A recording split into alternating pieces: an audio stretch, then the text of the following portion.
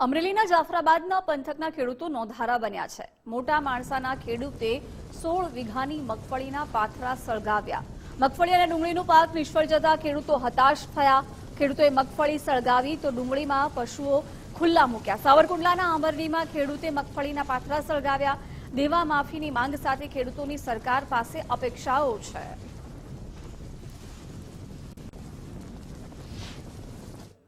મારે આ અત્યારે પાથરા મેં હળગાવેલા છે પણ ઈ હળગતા નથી અને એના માટે જે કાઢવાનો ખર્ચો મારે અલગથી થાય એમ છે।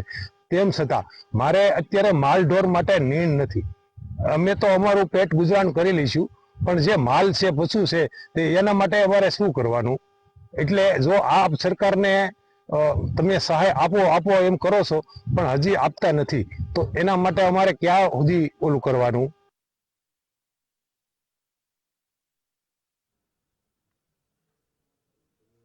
સરકાર આજકાલ પેકેજ નું જાહેર કરવાનું કહે છે, દેવા માફી નું કહે છે, તો સંપૂર્ણ દેવા માફી કરવી જોઈએ સરકારને, તો જ આ ખેડૂત નો ઉદ્ધાર થાય એમ છે।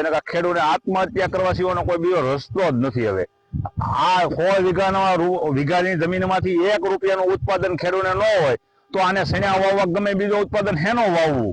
હવે આ ભાઈને ખેતી હમી કરવામાં 20-25 હજાર રૂપિયા જોઈએ, 50,000 રૂપિયાનું બિયારણ જોઈએ, 25,000 નું ખાતર જોઈએ, આ ક્યાંથી લાવવું?